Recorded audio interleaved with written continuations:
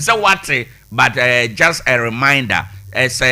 Charles Kwadufosu is no more. Eno ye asama ewo eja eso enano pay air trende. Ade Akye Abia o emunsem dawson na Ghana today no mu no ubenya kwan na wafrɛ wachre wadwen 0260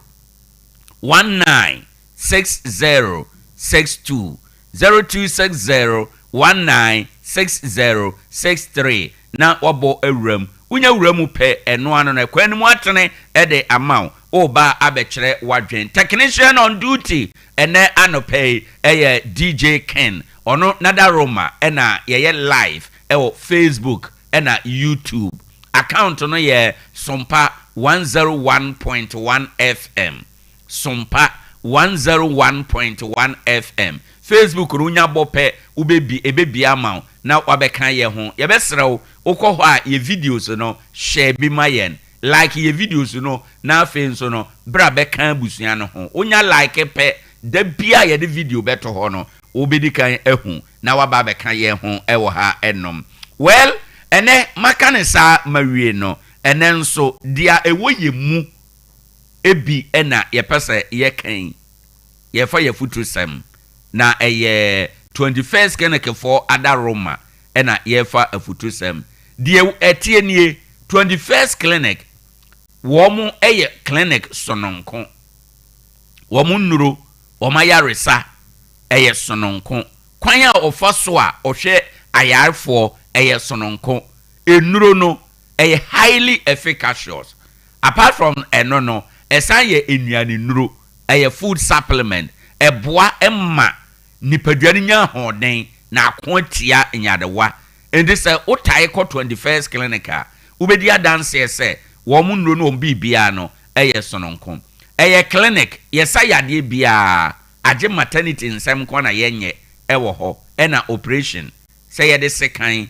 kan ana ye wo obi panie eno de yenye bi ewo 21st clinic ho enom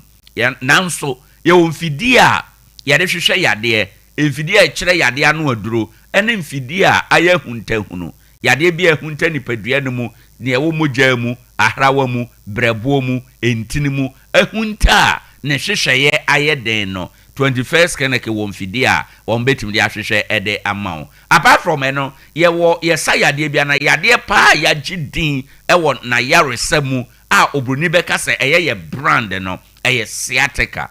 eno nti na ye frɛ ye ho se ye sciatica expert na ne nyina ase kyerɛ ene se sciatica no ye ntini ewo sisi achi efa wo srem eno no eho techema ya pa obi de daada ne ho obeka se wanya sasabro obeka se ukotodwe ene ne keka ho eye sciatica nsunsanso no saa na ya na etie tumnika na fa ko ho sesia na omonhwe emfa mam enkrobata dunum anopa adwadai wo mo ye adwuma na ohwemu a Tarkwa de ne de enye yira kwan ewa abontin so heya Roman stores no nhwe animu abrosan green no a atre ne ho ewo Roman stores no nhwe animu no eho na ye 21st clinic wada Roma obetime ahwehwe won na wafre call center number 0540 311311 0540 311311 now wa join it warm akwaje wayaresa. On that note yamfa no pay ya futu sema ya de eba ene enso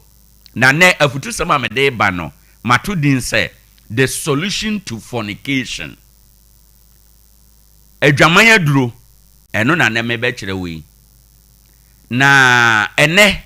mashada say me meka say ubedi yie me meka say nyame ehirawo me meka say awurade ebema wadwuma ayeye ye woda foforo ye beka eno na ne meka brabomu ade ba ko bi di akere wa say ya ni san komo ya ebema nipa bebre ayera efi say Bible aka wabobo boni bia so nipa bi ye bia sa nipa no onya osoro aheman no mu nko na sa bone a nyame aka say obia oyebie onya esoro aheman mu nko no eye adwaman oboni beka say fornication na no pay me pesa me boawo nipa bebre ewo haw ewo adwaman ho nipa bebre wo ntumi nyae adwamammo obi kura kan se be ya ommo adwaman ti opese owade na oware wie a aware no be ma na gyae adwaman no bo ene anopai me pese me ka kire se awade enye adwaman aduro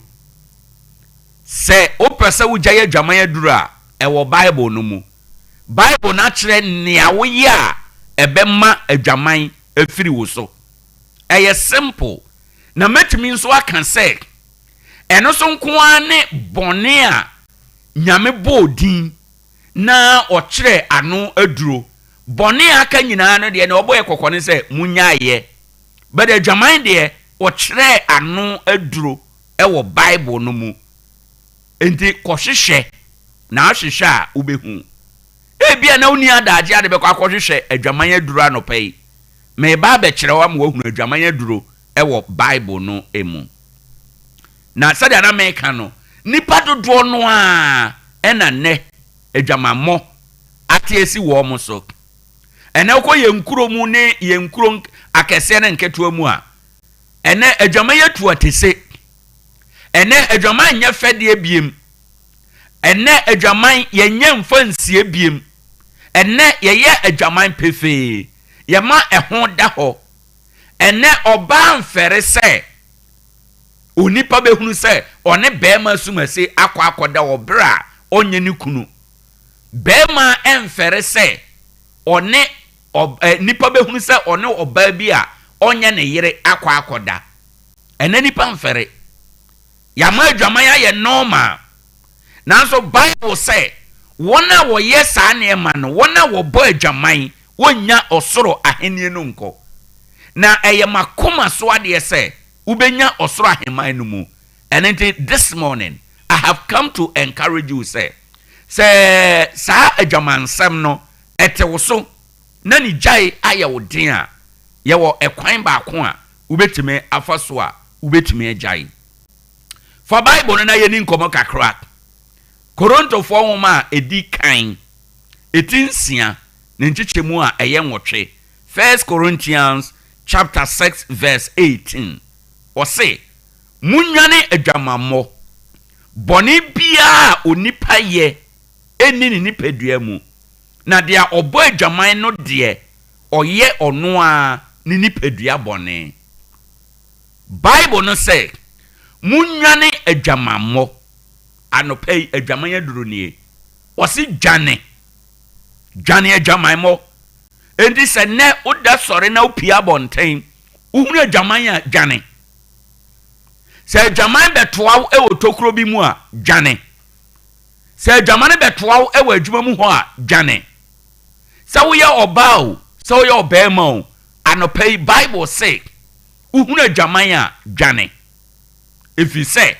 obi a obo adwaman no oye ono ankasa ni nipadua bone ena ye nipadua nso ye awurade asondan na so obi say awurade asondan a eye say ena awurade be say no enti na Bible kan say wona woye niema wei adwamanfo moma ona adamo munya osoro ahema mu nko eye Bible ena kasa enti enema ma solution no osi dwane. The solution to fornication is to run. Say a year Johnny. Bible say Ebra Potiphar yire eye na say oni Joseph ebeda. Joseph eyi ne ho anu biada. Joseph e kan say mame me ntumi nya sa bone we ntia me nyankopon. Mame na ntia say Joseph e kan say mame mentimi nye bone we entia mi wura Potiphar mame na nte ase mame ne say woni me ana metwa ntoro e de ato so say wa repu me nanso abusanfo Bible say Joseph ne mame ka say na mame aso Joseph atade mu wa yeyire no kuntan Joseph gene ho ba bia onye na Joseph edwane ye oro na tade na mame kitamu no e ɛde maame no atade no ka maame no nsam ɛna Joseph ɔno onya ne ho dwane ye at that point no Joseph edwane adwamammɔ enti onya solution to adwamammɔ one hwe yi a wobɛka sɛ o manya scholarship sɛ maame na na ɛsɛ me na wone no bɛda na akyiri asɛm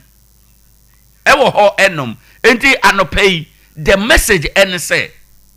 Bible sɛ dwane adwamammɔ adeɛ baako a ɛwɔ sɛ yɛhyɛ ne nso na yɛte aseɛ ne sɛ ɛnya adeɛ biara na yɛbɔ ho mpayɛ adwamane nyame anka sɛ yɛmɔ adwamane ho mpayɛ wɔse dwane enti sɛ woka sɛ me kunu yɛ dwamanfo me yere yɛ dwamanfo me ba yɛ dwamanfo enti wako gyina asɔndɛm ɛna hiri baba da bia wobɛhiri baba saa kwadaa no bɛkɔ so aba adwaman efi sɛ adwaman yɛ duro ɛne sɛ dwane flee run adwaman yɛ duro no ɔse dwane enti sɛ wokoduru baabi na adwaman bɛtoa wa dwane adwaman yɛ bɔne a ensuro mpaebɔ wobɔ mpayɛ hwɛ wogyina sɔndɛm wobɔ mpayɛ koraa